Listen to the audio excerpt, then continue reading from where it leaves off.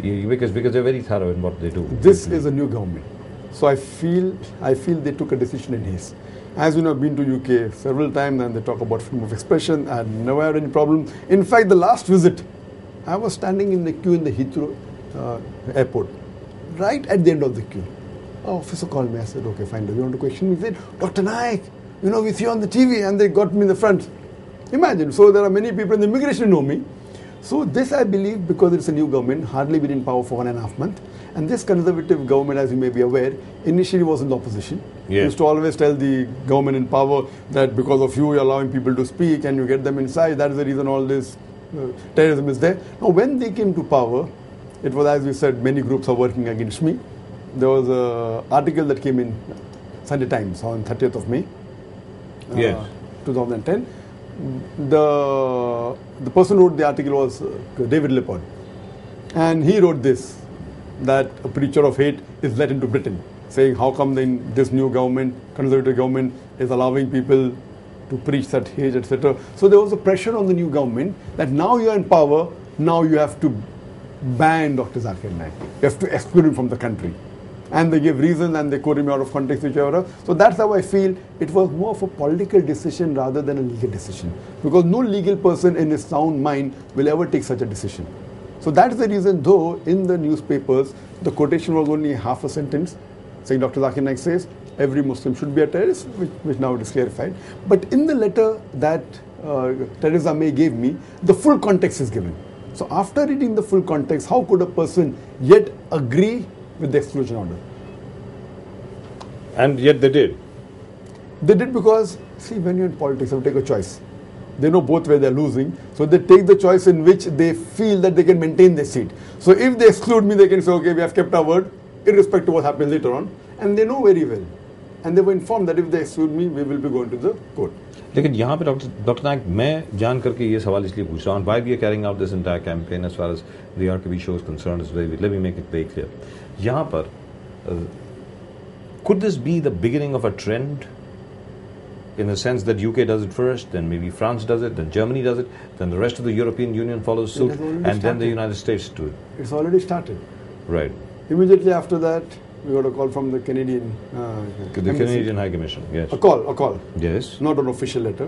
With official exclusion, they require everything to be passed. So just a call saying that you have a valid visa for 5 years of Canada, which was given to you last year, but we are sorry the visa is cancelled. However, if you want to travel again, you can apply. What does it mean? You have a valid visa for 5 years, which was given to me last year. That's a Canadian visa. That's right. I applied for a normal visa. They gave me a worker's visa.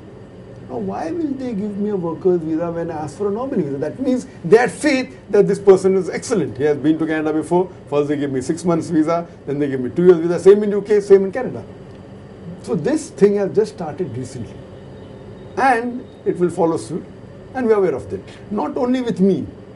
Very shortly, because after me, they are trying to exclude the other people also who are doing the same thing throughout the world. So how do we combat this, in your opinion? I feel that we should not use the dirty tricks what they are using. I will not quote anyone out of context. I will believe in fighting in a truthful way.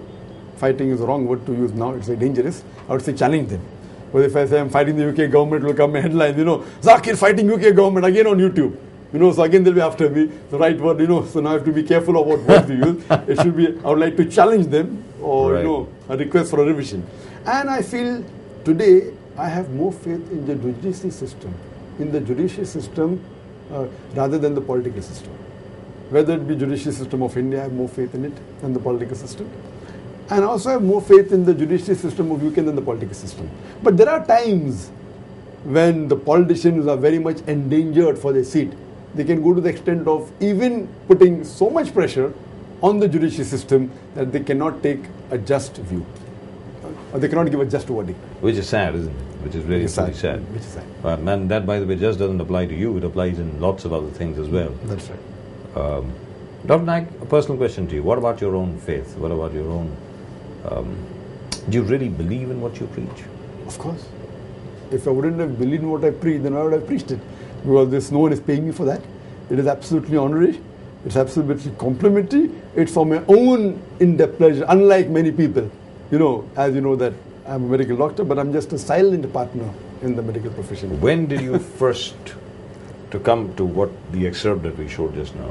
You and Sri Ravi Shankar together, and you were talking about a prophecy regarding the Prophet in various Hindu scriptures. When did you first come across that prophecy? That's right. And did somebody point it out to you? Did you discover it by yourself? And then you studied the other three Vedas? You must have maybe read the Rig Veda first, because that's where everybody usually starts. That's right. And that's then that's the most authentic among that's all right. Vedas. And because it's the oldest, and it is That's right. it is As the one far- which has the least number of interpolations. That's So As far as when did I read it the first time, I cannot tell you the exact date. Yes. Maybe somewhere in the late 80s or the early 90s, the first time. But whenever I get any reference, I always have a habit of verifying it.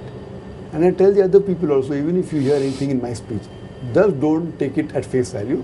Go home and check it up, whether it's there in the Qur'an or the Veda or the Bible, so that you can say that you have checked it up directly, so you can remove the link of Zakir Naik out of it.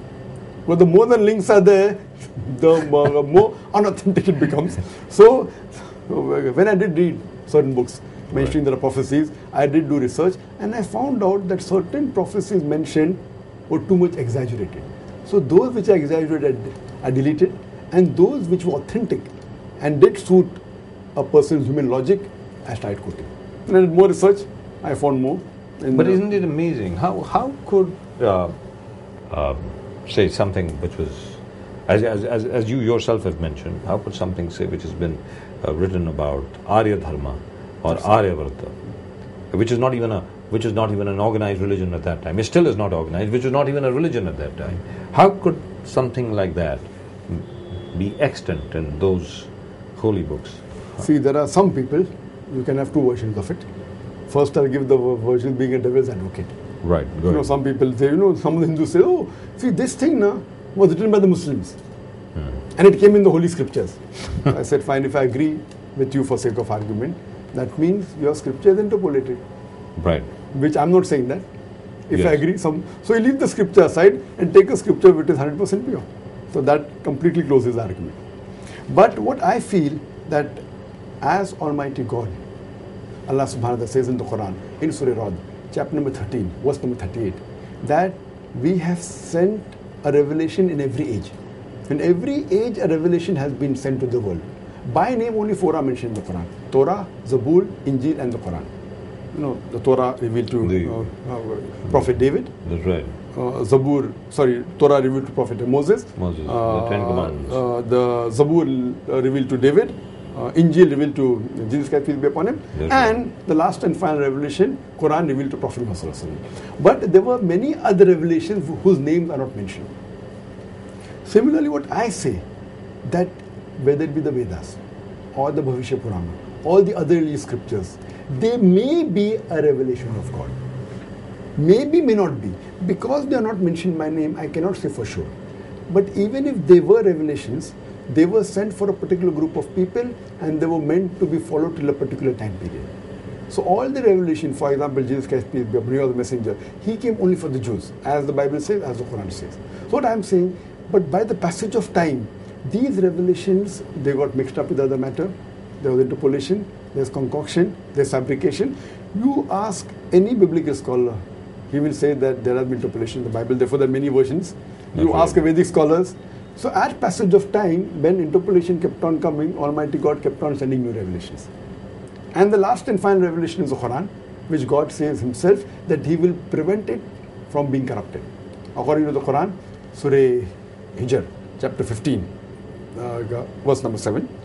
Now, the point to be noted here is that all the earlier scriptures, what I say, even if they have changed it, there are remnants of truth in all the scriptures. That's right. So I believe in getting people to a common platform rather than dividing them.